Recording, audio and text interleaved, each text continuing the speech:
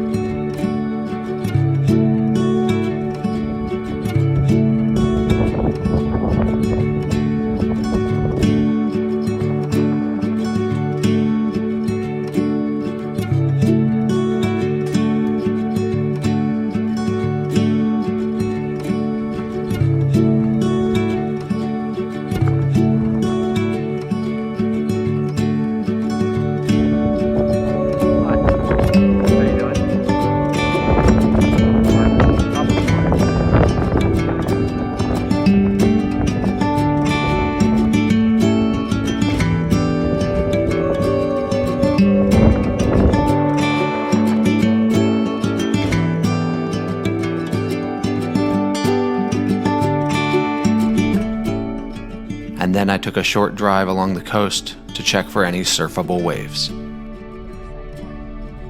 I haven't surfed since 2016 in California, and not consistently since Maui in 2015. I've been itching to feel the thrill of catching a wave again, and I had hoped that this stretch on the North Atlantic would provide me with the waves that I was dying for.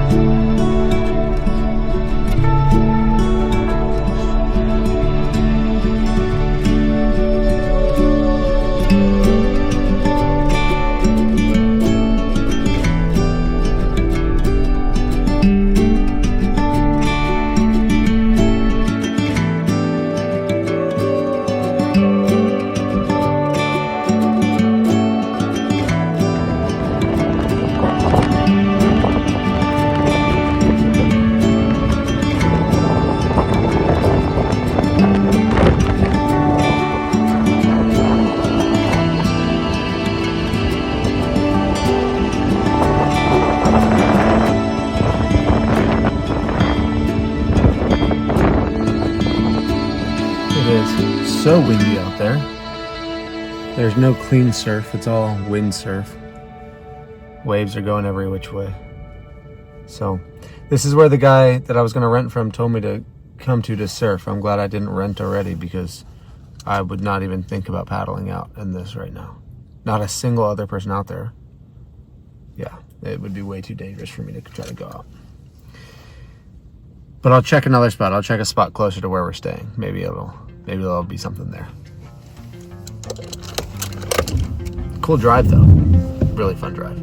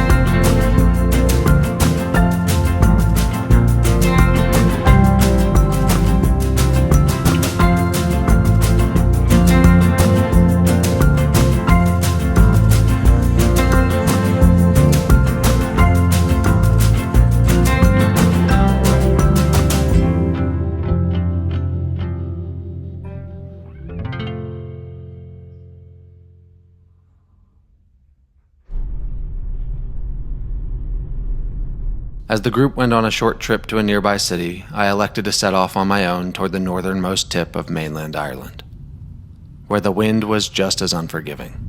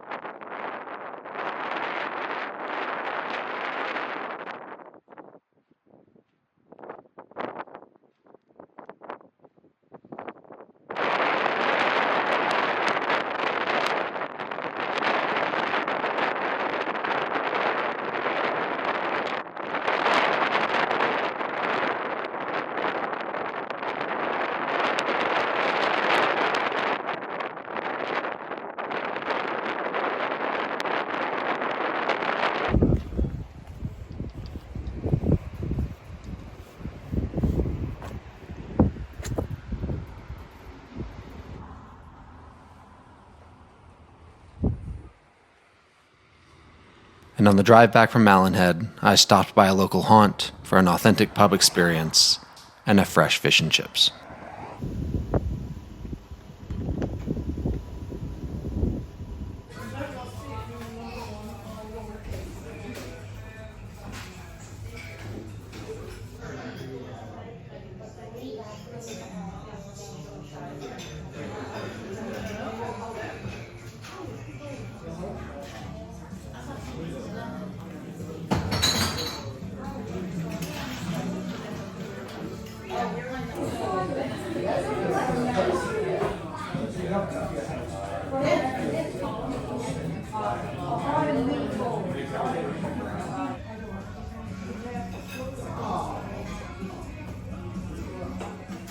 That is pretty sweet.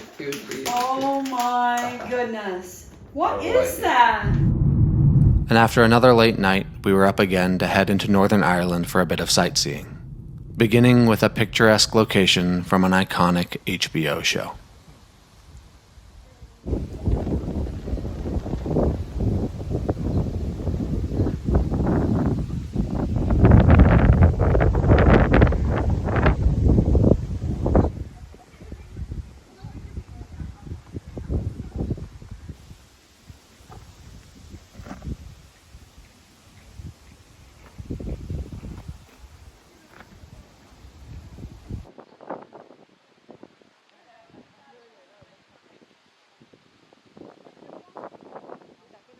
And then it was following the coastline west, heading back to our beach cottage, but stopping along the way to appreciate the scenery that windy, rainy Northern Ireland has to offer.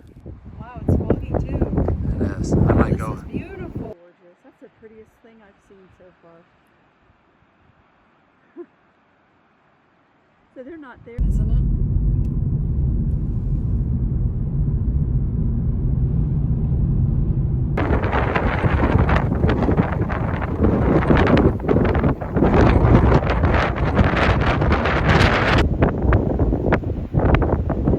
While it may make things seem miserable at times, the rain isn't bad.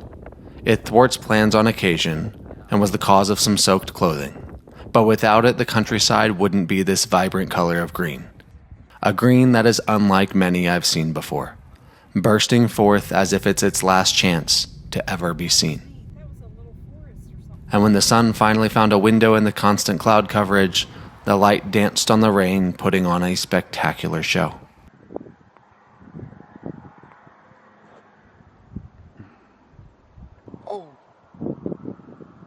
Oh, dang it, I was trying to chance. It was looking right. That is incredibly good.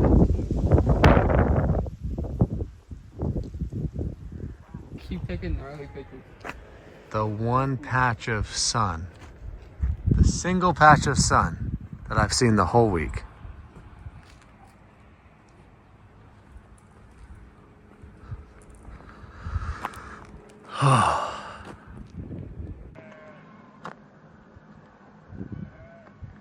man, that was such a cool, like, just like couple, like, that was like a minute. And now you can barely see like the faded. That's satisfying. Everybody loves that.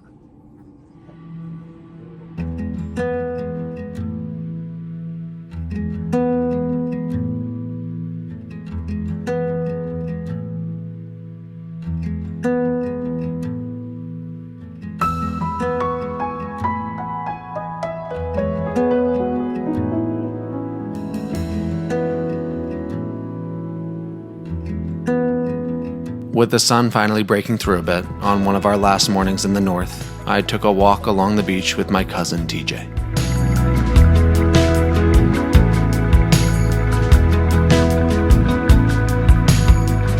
TJ and I hadn't met in person for over 16 years.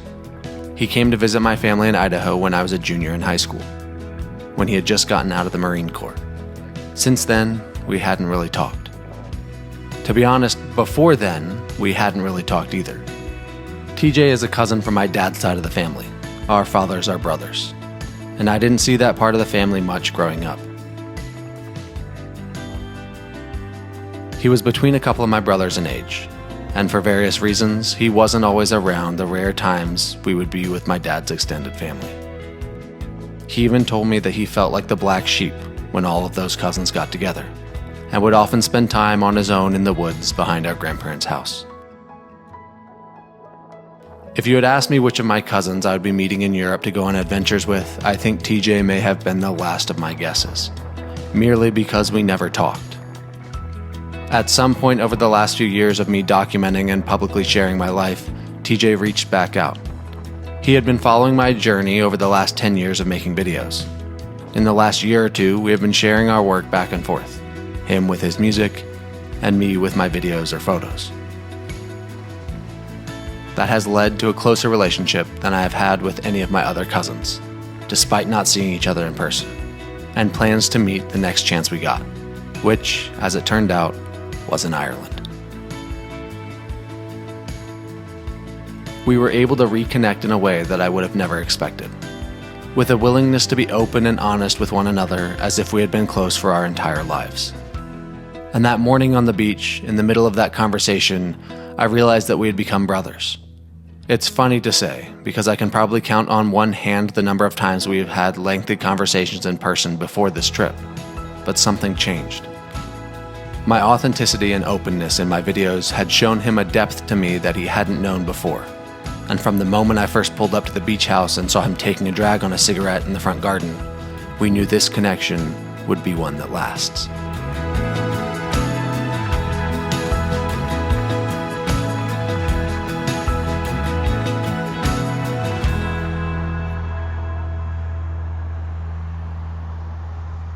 Yeah, perfect. Thank you so much.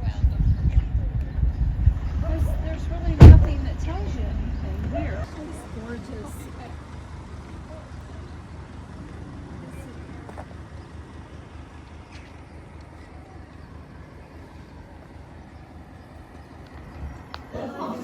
Ham and cheddar. Then it was time to head to the next place we'd be staying, Skryne Castle.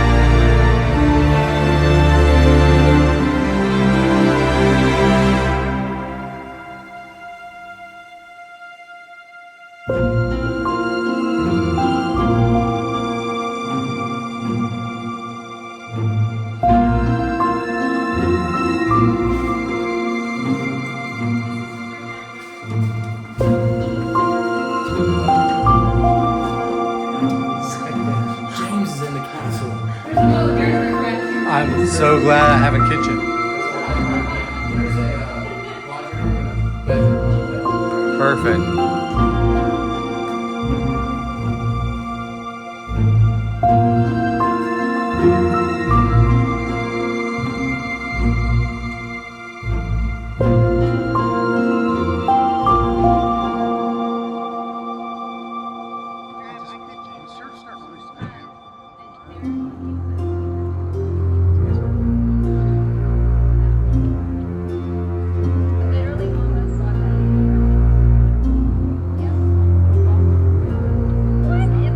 And after a bit of planning for the ceremony the following day, we headed to a nearby restaurant for the rehearsal dinner.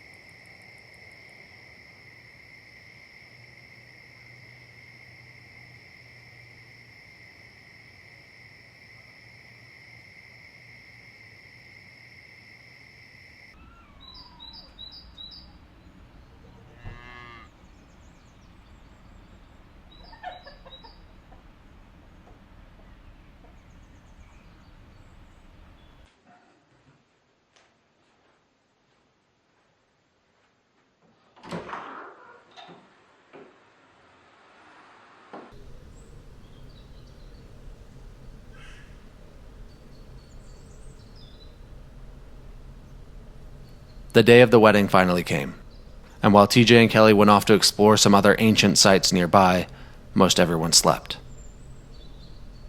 I took the opportunity of finally having some quiet time to enjoy the castle grounds, to get outside with a cup of tea and take in this surreal experience, moving barefoot through the soft grass, noticing the clover that fittingly spread its way through the grounds. I'm so thankful for experiences like this, and I have to frequently remind myself of how things aligned for these types of possibilities to become reality. If I hadn't bought a GoPro before moving to Hawaii, I would likely have never started taking photos, something that has given me work all over the world, and now that's part of what brought me to a castle in the Irish countryside. On the other side of that, if I hadn't documented my life, sharing it publicly for anyone to see, I would not have had the opportunity to reconnect with a distant cousin.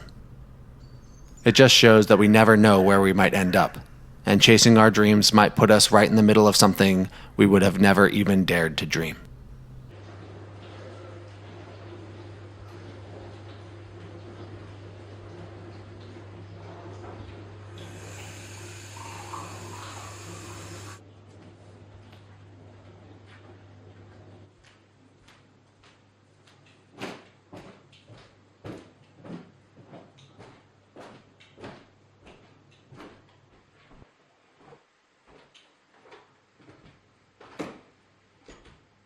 I might buy that hoodie tomorrow. It was a t-shirt. Oh, I might buy that t-shirt then.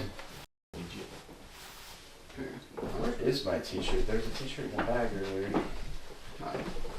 Alright, so, hold on. This, we were supposed to do this a little bit ago. You should read that out. Okay. Oh, I like this. I'm excited for this. God, I love this woman.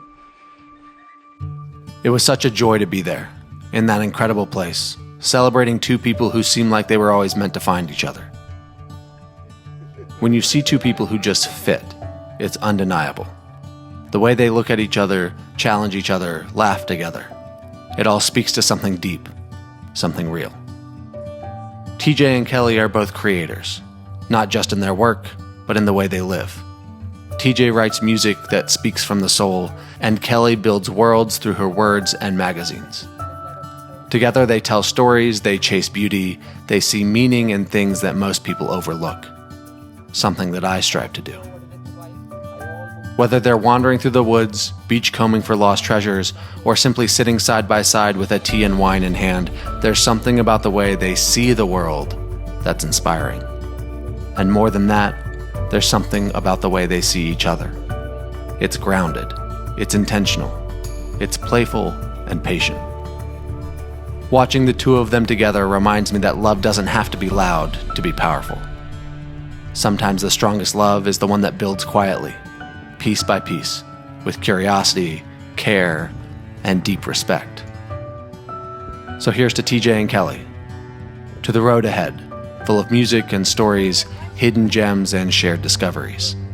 To a partnership rooted in creativity, strengthened by honesty, and lit up with joy. May your love always be your greatest adventure and your greatest treasure.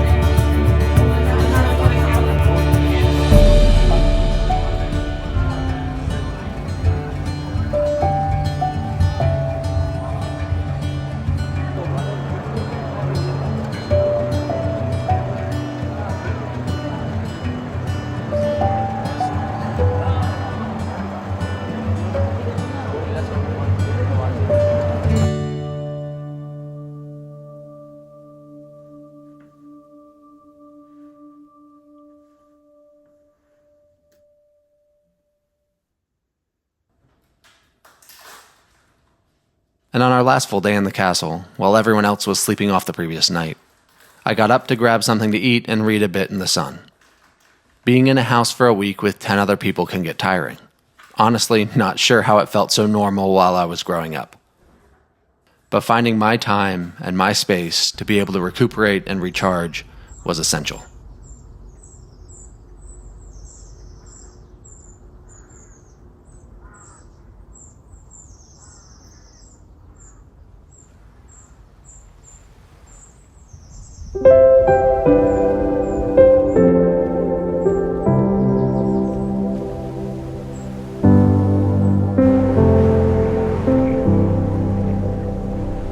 And before long, a few others were awake, and we had one last opportunity to adventure before our paths diverged yet again.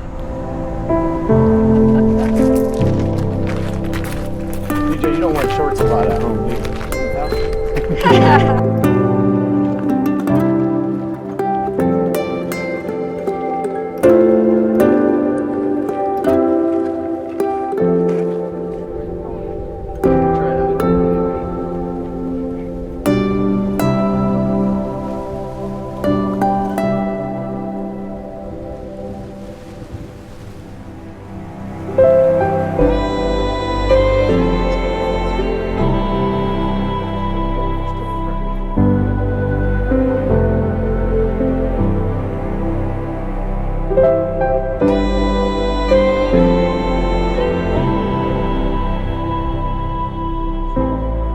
So we went back to a place that we had seen before, only briefly, the Hill of Tara. Said to have been the inauguration site of ancient kings, this hill is known for various monuments.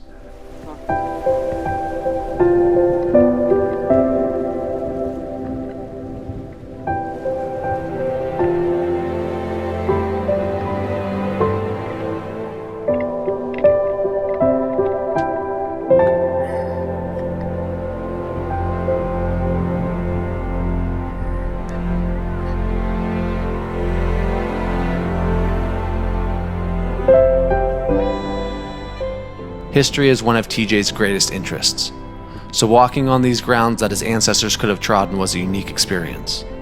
Watching his son touch the Stone of Destiny, hoping to be crowned the next King of Ireland, was special, albeit a bit comical.